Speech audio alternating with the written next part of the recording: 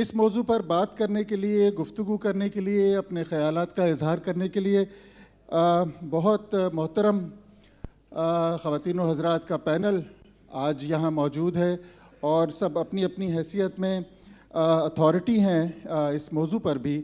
میں آپ سب کی تالیوں میں بصد احترام مدعو کرنا سے پہلے ڈاکٹر جو آج کے اس سیشن کی صدارت کریں گی،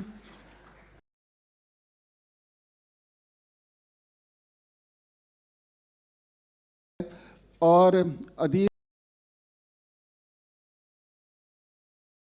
جو سب سے ممتاز اور نمایاں حیثیت ہے وہ اکیڈمی آف لیٹرز کی چیئرپرسن کی بھی ہے۔ ڈاکٹر صاحبہ تشریف فرما ہو چکی۔ میں گزارش کروں گا ڈاکٹر فاطمہ حسن سے۔ ڈاکٹر فاطمہ حسن بھی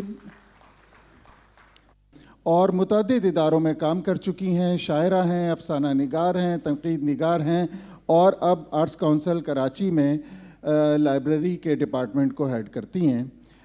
میرے ساتھ تشریف رکھتے ہیں ڈاکٹر ضیاء الحسن، لاہور سے تشریف لائے ہیں۔ ڈاکٹر صاحب بھی ادب سے براہ راست متعلق ہیں، اور ایک شاعر کی حیثیت سے ہم سب ان سے واقف ہیں۔ آج کل وہ ڈاکٹر جمیل جالبی چیئر پنجاب یونیورسٹی میں ہوتے ہیں۔ ساتھ ہی آج کے موضوع کے حوالے سے ایک اور نہایت اہم نام ہمارے ساتھ موجود ہے، جناب اختر درگاہی صاحب کا۔ اختر صاحب معروف صوفی اسکالر ہیں، صوفی سنگر بھی ہیں، اور انہوں نے جو کام کیا ہے سچل اور بے دل اور بے کس کے حوالے سے وہ بہت اہمیت کا حامل ہے۔ تمام میرے شرکاء آج کے اس سیشن کے یہاں تشریف فرما ہو چکے ہیں۔ میں ان سب کی اجازت سے سیشن شروع کرتا ہوں۔ تو اس سے پہلے کہ ہم براہ راست اس موضوع پر گفتگو کریں اور میں کچھ سوالات آپ سب محترم سامعین کے سامنے اور حاضرین کے سامنے رکھوں، میں صرف ایک سوال ابتدا میں کہہ لیجئے کہ وارم اپ کے طور پہ ڈاکٹر فاطمہ حسن سے پوچھنا چاہتا ہوں۔ ڈاکٹر صاحبہ، یہ فرمائیے کہ اس موضوع کی اہمیت کیا ہے اور یہ کیوں ضروری ہے کہ ہم اس پر بات کریں؟ بہت شکریہ۔ بہت اہم سیشن ہے یہ، اور میں ہی نہیں، یہاں پہ سب معزز اسکالر جو بیٹھے ہوئے ہیں، اور یہ لکھنے والے جو ہوتے ہیں یہ اہل دانش ہوتے ہیں، ان کو یہ پتہ ہے کہ ساری زبانیں اور ساری دنیا میں لکھا جانے والا ادب ایک دوسرے سے تقویت پاتا ہے، اور ایک عہد کو سمجھنا ہو تو اس عہد کے ادب سے سمجھا جاتا ہے۔ علی شریعتی جو بہت بڑے اسکالر تھے، انہوں نے کہا تھا کہ اگر آپ اپنی ثقافت اور زبان کو پہچاننا چاہتے ہیں اور یہ جاننا چاہتے ہیں کہ وہ کہاں کھڑی ہوئی ہے، کہاں پہ اس کا مقام ہے، تو ایک دوسری زبان اور ثقافت کا جاننا بہت ضروری ہے، تاکہ آپ اندازہ کر سکیں کہ آپ کس دھارے پر بہہ رہے ہیں۔ تو ادب کیا ہے؟ ادب اس شعور کا اظہار ہے جو انسان کے لیے ضروری ہے۔ جہاں پہ انسان بنتا ہے وہ اس کا شعور ہے، اور شعور کہاں نظر آتا ہے؟ شعور تغیر پذیر ہوتا ہے، وہ کہاں نظر آتا ہے؟ وہ ادب میں نظر آتا ہے۔ اور سندھی ادب کی تو ایک بہت طویل تاریخ ہے، اور آپ جانتے ہیں کہ سندھ میں عربی، فارسی اور اردو کی روایت اتنی ہی پرانی ہے جتنی کسی بھی برِ صغیر کے کسی بھی خطے میں ان تینوں زبانوں کی تاریخ ہے۔ تو ہمیں یہ اس لیے بھی اہم ہے کہ ہمیں اپنی زبانوں کو الگ الگ خانوں میں بانٹ کر نہیں دیکھنا چاہیے، بلکہ ہمیں یہ دیکھنا چاہیے کہ جب اردو کے ادیبوں کو خاص طور سے، کہ جب اردو پیدا ہو رہی تھی، جب اردو پروان چڑھ رہی تھی دکن میں، دہلی میں، لکھنؤ میں، تو سندھ میں بھی یہ سب کچھ ہو رہا تھا۔ ٹھٹہ بھی ایک مرکز تھا، یہ خطہ بھی جس میں ہم بیٹھے ہوئے ہیں حضرت سچل سرمس کا، یہ بھی ایک مرکز تھا دراز، اور جتنے ہمارے صوفی بزرگ تھے ان کے اندر کسی بھی قسم کی کوئی عصبیت نہیں تھی. وہ ہر زبان میں اپنا اظہار کر رہے تھے کیونکہ ان کا تخاطب عوام سے تھا. ڈاکٹر صاحبہ یہ آپ نے نہایت دلچسپ بات بتائی اور میں چاہتا ہوں کہ ہم اس گفتگو کو یہیں سے آگے بڑھائیں کہ سندھ میں اردو لکھنے کی روایت یا یہاں کے شاعروں کا اردو میں اظہار کرنے کی تاریخ بھی اتنی ہی پرانی ہے جتنی خود اردو زبان کی تاریخ لگ بھگ ہے. اور ابھی آپ نے ذکر کیا تو مجھے یاد آتا ہے کہ قلی قطب شاہ جو اردو کے پہلے شاعر تھے 900 جی ہاں صاحب دیوان پہلے شاعر تھے, اور ان کے بھائی ان کے عہد میں میر معصوم بکری جو یہاں پر تھے, ان کے بھائی تھے میر محمد فاضل. وہ ان کی جو شاعری کے آثار ہیں وہ اسی زمانے میں دریافت ہوئے ہیں, اسی زمانے کے ہیں جس زمانے میں قلی قطب شاہ لکھ رہے تھے. تو یہ بات بڑی معنی خیز ہے, مجھے لگتا ہے کہ یہ آغاز ایک ساتھ ہے, گویا زبان کے طور پر جو اظہار ہے یعنی جو مقامی زبان میں اظہار کیا جا رہا وہ اپنی جگہ پر, لیکن اردو جو ایک زبان کے طور پر رائج ہو رہی تھی تو یہاں کے لکھنے والوں نے اس کو ذریعہ اظہار بنایا. تو کیا اس کے پیچھے آپ کو ایسا لگتا ہے کہ یہ وہی روایت ہے جس طرح ہمارے لکھنے والوں نے فارسی کو اپنایا اور عربی میں بھی, تو جو عربی اور فارسی کی روایت تھی اور پھر جو اردو کی شکل ہوئی, تو آپ کیا سمجھتی ہیں کہ جو لوگ جن کی اپنی مقامی زبان موجود تھی انہوں نے ایک اور زبان میں اظہار کو کیوں ضروری سمجھا ہوگا؟ پے در پے بہت بڑے بڑے سوالات کر رہے ہیں. تو میں ایسا ہے کہ میں نے جب مجھے یہ موضوع ملا تو میں نے یہ سوچا کہ پورے ادب پہ بات کروں گی تو بہت طویل ہو جائے گا, تو میں صرف اردو شعرا سندھی شعرا کی شاعری سچل سرمرس سے عہد حاضر تک اس کا جائزہ لے لوں تو بہت سی بات سامنے آ جائے گی. ویسے بھی زبانوں کا جب آغاز ہوتا ہے تو شاعری زیادہ ریکارڈ ہوتی ہے بنسبت نثر کے. آپ دیکھیے وہاں پہ بھی آپ ولی دکنی سے جو پہلے صاحب دیوان شاعر قلی قطب شاہ سے آپ آغاز کرتے ہیں, ولی دکنی سے بھی پہلے. تو یہاں پہ میں نے جو کچھ لکھا ہے تھوڑا سا میں وہ پڑھ دیتی ہوں ابتدا کا حصہ تاکہ تیزی سے پڑھوں, جب میں گفتگو کروں گی تو پھیل جائے گا مضمون. کہ اردو شاعری کے حوالے سے عام خیال یہ ہے کہ حضرت سچل سرمست وہ پہلے شاعر تھے جنہوں نے اردو زبان میں شاعری کی. یہ خیال درست نہیں. سندھ میں اردو زبان کی تاریخ برصغیر کے دیگر خطوں کی تاریخ خصوصاً دکن میں پروان چڑھنے والی اردو سے متصل ہے. اردو زبان کی نمایاں خصوصیت یہ ہے کہ اسے حکمرانوں اور خانقاہوں دونوں کی سرپرستی حاصل رہی. شاید اس کی وجہ عوامی مقبولیت ہے, دربار شاہوں کا ہو یا صوفیوں کا ہو. حقیقت وہی ہے جو میر نے کہی تھی, شعر میرے ہیں گو خواص پسند پر مجھے گفتگو عوام سے ہے. تو یہ جو عوام سے گفتگو کرنے کے لیے ایک زبان ابھر رہی تھی وہ اردو زبان تھی, کیونکہ فارسی جو ہے وہ دربار کی زبان تو تھی لیکن عوام سنسکرت سے ہندی کی طرف آئے تھے. تو عوام سے تخاطب کے لیے ابتدائی سے اردو زبان کو قبولیت حاصل رہی. چنانچہ ہم دیکھتے ہیں کہ حضرت سچل سرمس سے قبل بھی سندھ میں ویسی ہی شاعری ہو رہی تھی جس کی ابتدا حیدرآباد دکن میں ہو چکی تھی.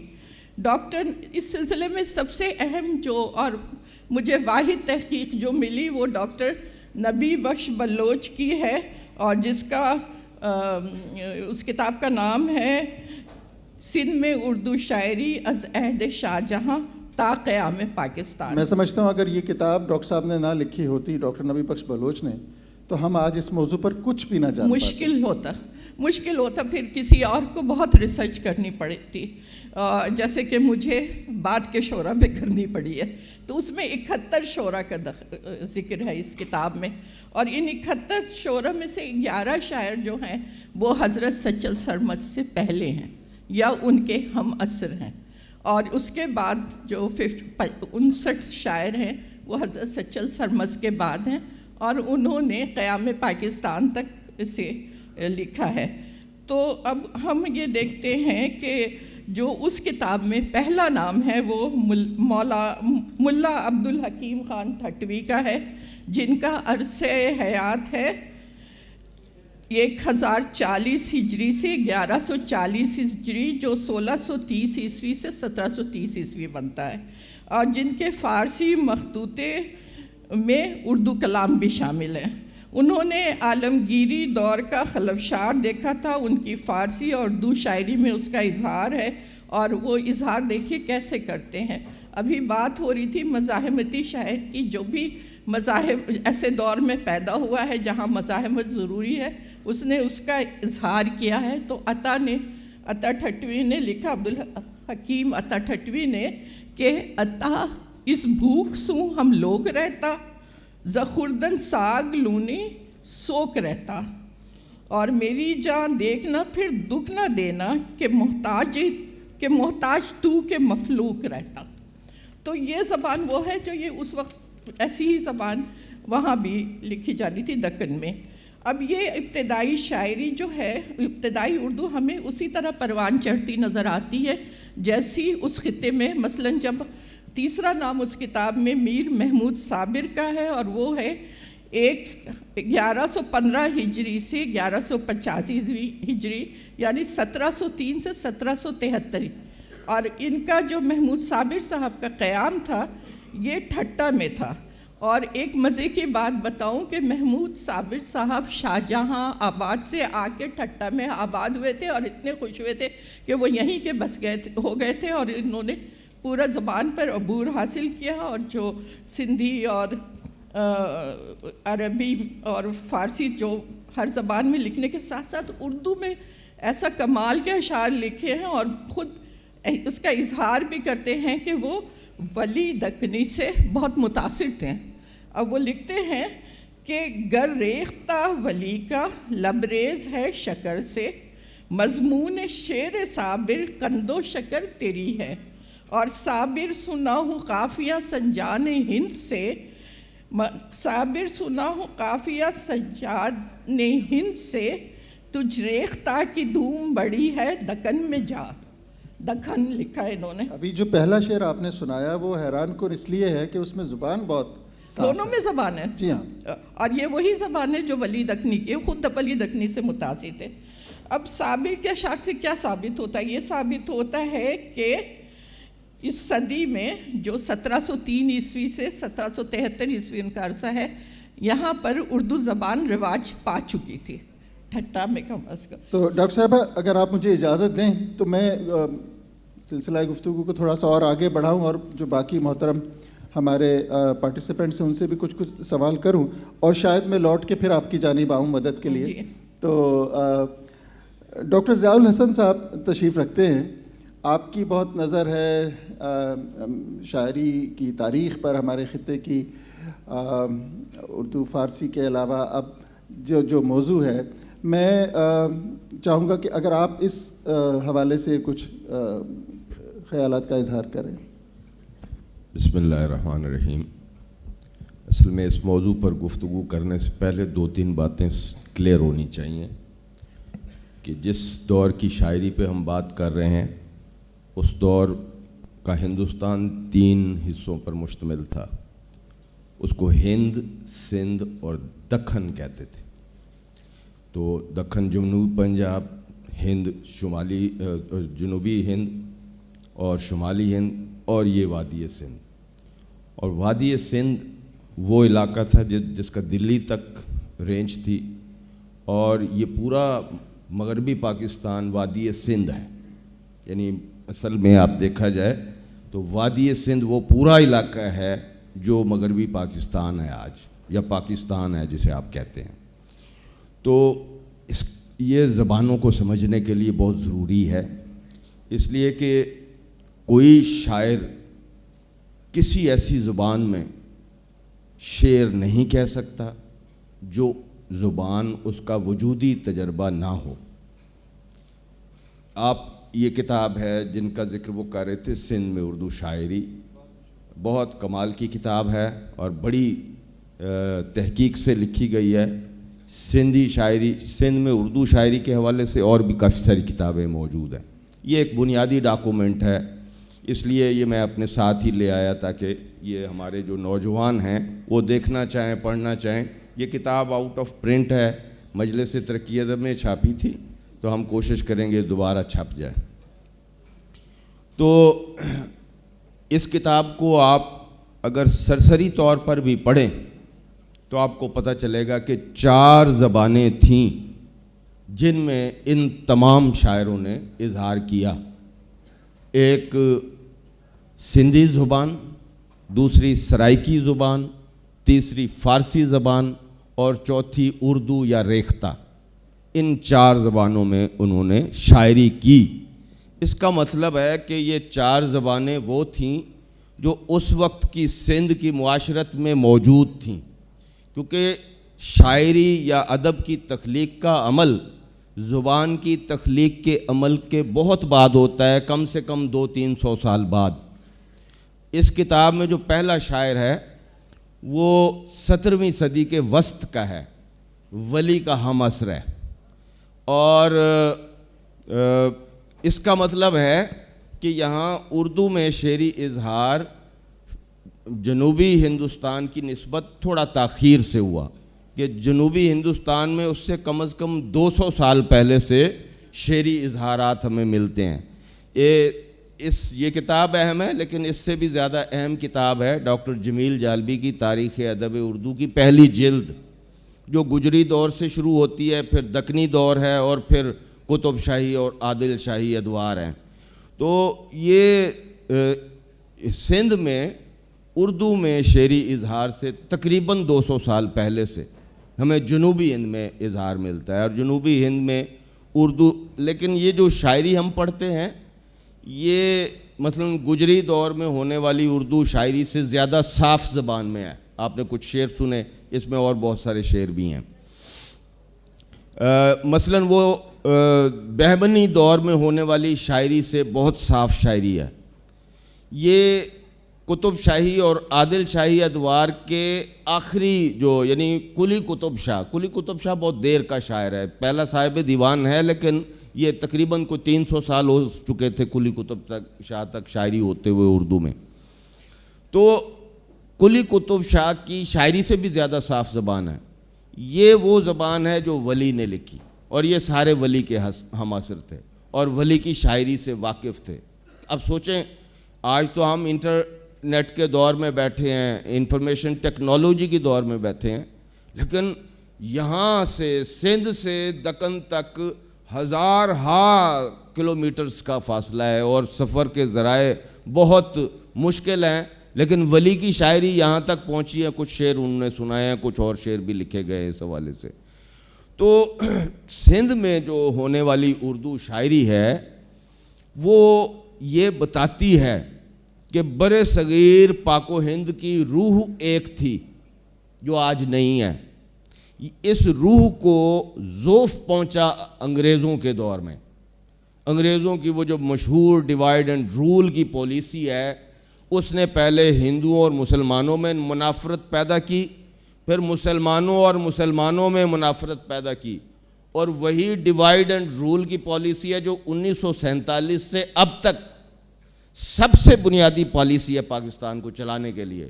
پاکستان کی اسٹیبلشمنٹ نے جس پالیسی کو اختیار کیا، میں درمیان میں بات کے آپ کو کچھ شعر سناتا ہوں شیخ حیاض کے، جس پر میں نے اپنے اس مضمون کا، یہ مضمون کوئی 18 سال پہلے میں نے لکھا تھا شیخ حیاض کی شاعری پر.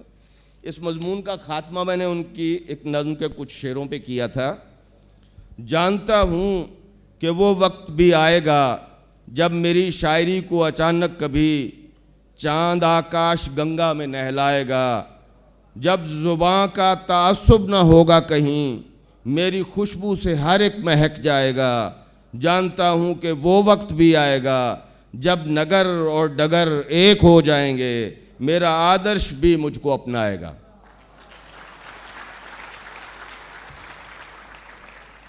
شیخ ایاز آخری بڑا شاعر ہے پاکستان کا.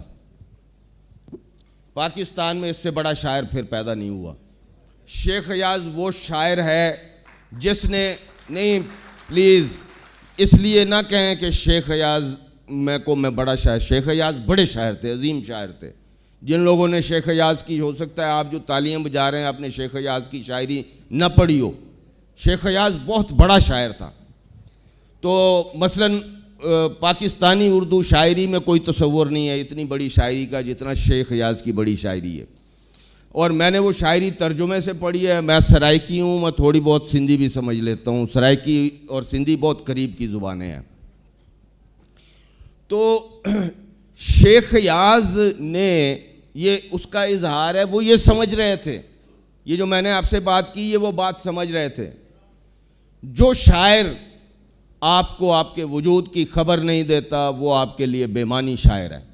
شیخ ایاز وہ شاعر تھا جو آپ کو آپ کے وجود کی خبر دیتا تھا. اور یہاں سے میں پیچھے جاتا ہوں اور سچل سرمست تک پہنچتا ہوں. سچل سرمست بھی وہ شاعر تھا جو آپ کو آپ کے وجود کی خبر دیتا تھا. سچل سرمست نے یہ وجود کی خبر تصوف سے حاصل کی. وہ صوفی شاعر تھا. تصوف اپنے زمانے کا ترقی پسند نقطۂ نظر تھا. وہ طریقت کو یعنی شریعت کو بھی ریجیکٹ کرتا تھا اور سلطنت کو بھی ریجیکٹ کرتا تھا. وہ صرف انسانوں کی بات کرتا تھا. تو سچل نے تصوف کے ذریعے سے انسانوں کی بات کی اور شیخ ایاز نے ترقی پسند فکر کے ذریعے سے انسانوں کی بات کی. کیونکہ یہ دونوں نظریے ترقی پسندی اور تصوف میں جتنا سمجھتا ہوں ایک ہی ہے. کیونکہ دونوں کے لیے بنیادی اہمیت انسانی وجود کی ہے. انسانی وجود کو کیا شے محدود کرتی ہے اور کیا شے لامحدود کرتی ہے, یہ ان سے مخاطب ہوتے ہیں یہ دونوں نظریات.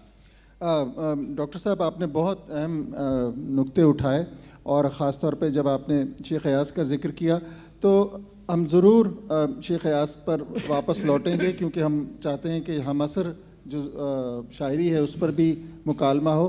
لیکن ساتھ ہی آپ نے صوفی شاعری کی روایت کا بھی ذکر کیا اور سچل سرمست کا بھی ذکر کیا. تو ہمارے ساتھ معروف صوفی اسکالر اختر درگاہی صاحب تشریف رکھتے ہیں. اختر صاحب آپ کا کام ہے سچل اور بے دل اور بے کس کے حوالے سے.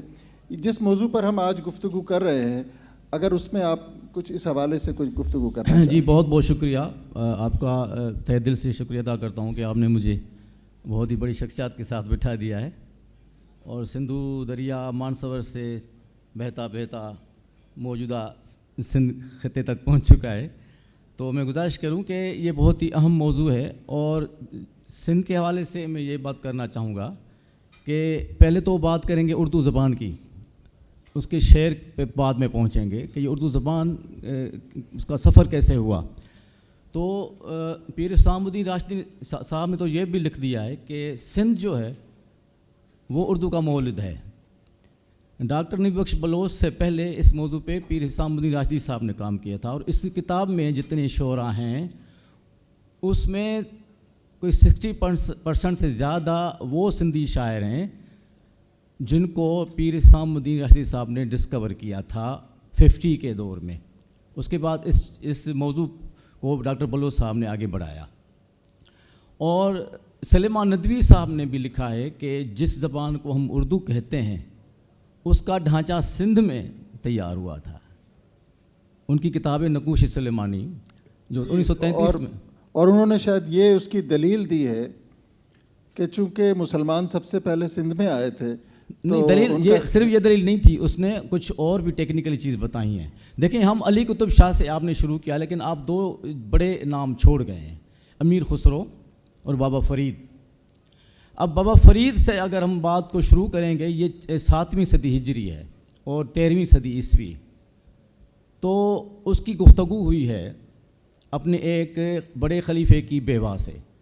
ان کا بہت بڑا خلیفہ تھا جمال الدین, ان کی بیوہ آئی تھی اپنا چھوٹا کوئی 12-15 سال کا لڑکا ان سے ملوانے. تو بابا فرید اس پہ اتنا فیضیاب ہو گئے کہ اس چھوٹے لڑکے کو اپنا خلیفہ نامزد کر دیا. تو ان کے خلیفے کی بیوہ نے کہا کہ خواجہ صاحب بالا ہیں. ایک اردو کا جملہ تھا, خواجہ صاحب بالا ہیں. بابا فرید نے کہا کہ پونم کا چاند بھی بالا ہے. تو یہ اردو زبان کی 7ویں صدی کے الفاظ ہیں, 7ویں صدی کے جملے ہیں. اس کے بعد امیر خسرو جو 5 سال ملتان میں رہے, اور ملتان اس وقت سندھ کا دارالخلافہ تھا اور اہم شہر تھا. تو وہ اردو کا اس نے پہلا شاعر امیر خسرو کو لکھا گیا ہے, بتایا گیا. علی قطب شاہ تو بعد کی بات ہے. تو جب ہم علی قطب شاہ کے دور میں آتے ہیں تو ہمارے ہاں سندھ میں میر فاضل بکری کی آپ نے بات کی, اس کا جو ریفرنس ملتا ہے اس کے ہندی یا اردو شعر کے حوالے سے کہ وہ سنگر تھا, وہ گاتا تھا اور سندھ کی کافی گاتا تھا. جو فارسی کا وہ ماخذ جس میں یہ بات دہرائی گئی ہے اس میں لکھا ہوا ہے میر فاضل بکری اکبر کے دور کا ہے, اور میر معصوم شاہ ان کا بڑا بھائی ہے میر فاضل. تو ان کے لیے لکھا گیا ہے کہ شعر بزبان ہندی از قسم کافی, شعر بزبان ہندی یعنی اردو, جو بعد میں اس کو اردو کہا گیا. شعر بزبان ہندی از قسم کافی فصاحت میں گفت و مقبول داشت. میر فاضل کافی اردو میں کہتا ہے یا پڑھتا ہے یا گاتا ہے, اور اس میں بڑی فصاحت ہے. تو اردو زبان کے اتنے آثار و نشانات دہلی اور دکن سے بھی پہلے سندھ میں ہمیں ملتے ہیں. اور آپ نے ولی دکنی کی بات کی. اب ولی دکنی جو ہیں وہ شاہ عبد اللطیف بھٹائی کے ہم عصر ہیں. مکمل 1744 میں ولی دکنی کا انتقال ہوا ہے اور شاہ عبد اللطیف بھٹائی کا 1752 میں. تو یہ تقریباً ہم عمر اور ہم عصر ہیں.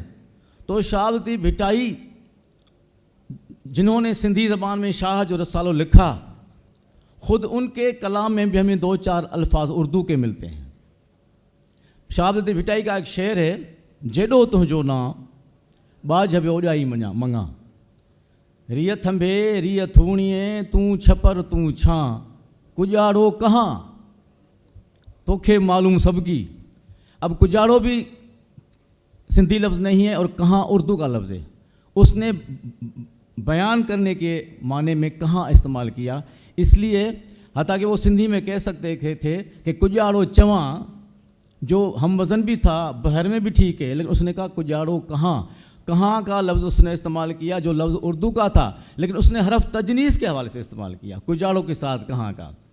علی قطب شاہ کے دور میں ہمیں سندھ میں بہت بڑے شاعر ملتے ہیں. آپ نے میر محمود صابری کا ذکر کیا, ٹھیک ہے نا. تو اس کا آپ نے بھی یہ ولی دکنی کا دور ہے. اب ولی دکنی کے ہم عصر ان کے دور کے اردو شاعر میں سندھ میں ملتے ہیں. بڑی بات تو یہ ہے نا. میر محمود صابری چلو وہاں سے آئے تھے, پہلے دہلی سے آئے تھے لیکن وہاں سیٹل ہو گئے ٹھٹا میں. ان کا شعر سن ریختہ ولی کا دل خود خوش ہوا اے صابر, سن ریختہ ولی کا دل خوش ہوا اے صابر, حقاز فکر روشن ہے انوری کی مانت. اچھا, اس کے بعد جب وہ شاعر آتے ہیں میر حیدر کامل اسی دور کے, یہ سچل سرمد سے پہلے کی اردو ہے کہ لبوں دلبر کے میرے قتل کا بیڑا اٹھایا ہے. لبوں دلبر کے, ولی دکنی کے دور میں سندھی کی لکھی ہوئی شاعری ہے اردو کی, اور وہی ریختہ کی اسی طرز پہ ہے. لبوں دلبر کے میرے قتل کا بیڑا اٹھایا ہے, خدایا خون سو میرے تو اس کو سرخرو کرنا. آگے چلتے ہیں تو اب ہم آتے ہیں اگر سچل سرمست کے ہاں. سچل سرمست ایک سندھی کا وہ بڑا شاعر, اس کو آپ یہ کہہ سکتے ہیں کہ وہ اردو زبان میں سندھی کا بہت بڑا شاعر تھا پہلا, حتیٰ کہ وہ پہلے بھی اس کی شعرا کا ہم ذکر کر چکے ہیں. اس کا کمال یہ تھا کہ اس نے اردو شاعری میں تصوف کو, حتیٰ کہ اردو شاعری کی شروعات ہی تصوف سے ہوئی ہے.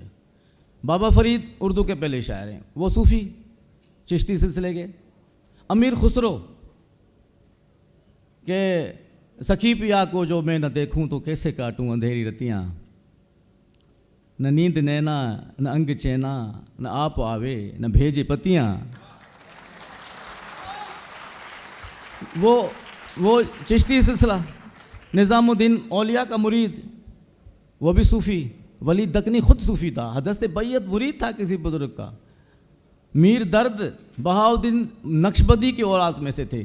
تو تصوف کا اثر تو اردو شاعری میں شروع سے ہے، اسے آپ الگ نہیں کر سکتے، لیکن سچل سرمست کا کمال یہ ہے کہ اس نے سندھی علاقے میں سندھی ہونے کے ناطے اردو شاعری کو تصوف میں ایسا ڈھالا، منصور ہو یا سرمد ہو صنم یا شمس الحق تبریزی ہو، منصور ہو یا سرمد ہو صنم یا شمس الحق تبریزی ہو، اس تیری گلی میں اے دلبر ہر ایک کا سر قربان ہویا، حیران ہویا اس حسن پہ میں حیران ہویا۔ سچا سرمست یا اپنا وہ کہتے ہیں کہ مجھ کو بتا اے قاضیہ کیسا تمہارا کام ہے، مجھ کو بتا اے قاضیہ کیسا تمہارا کام ہے، تجھ کو کتابوں کی پڑھی میرے لیے ماتام ہے، عاشق جلا دے آگ میں سارے کتابوں کے ورق، عاشق جلا دے آگ میں سارے کتابوں کے ورق، ایک نام میرا یاد کر یہ دوست کا پیغام ہے۔ یا جوگی جگت کرتا نہیں، مزاحمتی جو رنگ ہے اردو شاعری کا سندھ میں، کیونکہ جو سندھ کا جو صوفی ہے وہ صرف صوفی نہیں ہے، صوفی آپ اس کو کہہ سکتے ہیں جو ایک سلوک کی راہ میں دستے پید ہو گیا اور طریقت کے سلسلے میں آگے بڑھا، لیکن سندھ کا صوفی اس سے آگے وحدت الوجودی ہے جو تمام مذاہب میں رواداری کا قائل ہے، اور اس کے آگے وہ انقلابی بھی ہے، اس کے آگے وہ مزاحمتی بھی ہے۔ تو سچل سرمد یہ بھی کہا، اس نے خود جو سو کالڈ صوفی تھے ان پر بھی تنقید کی، جوگی جگت کرتا نہیں، جوگی جگت کرتا نہیں، کپڑا رنگیا تو کیا ہوا، قاضی کتاباں کھول کے مسئلے بتاون اور کے، پڑھتا عمل کرتا نہیں، قاضی بنا تو کیا ہوا، حاجی مدینے شہر میں سجدہ دیا تو کیا ہوا، دل کا کفر کاٹا نہیں، حاجی بنا تو کیا ہوا۔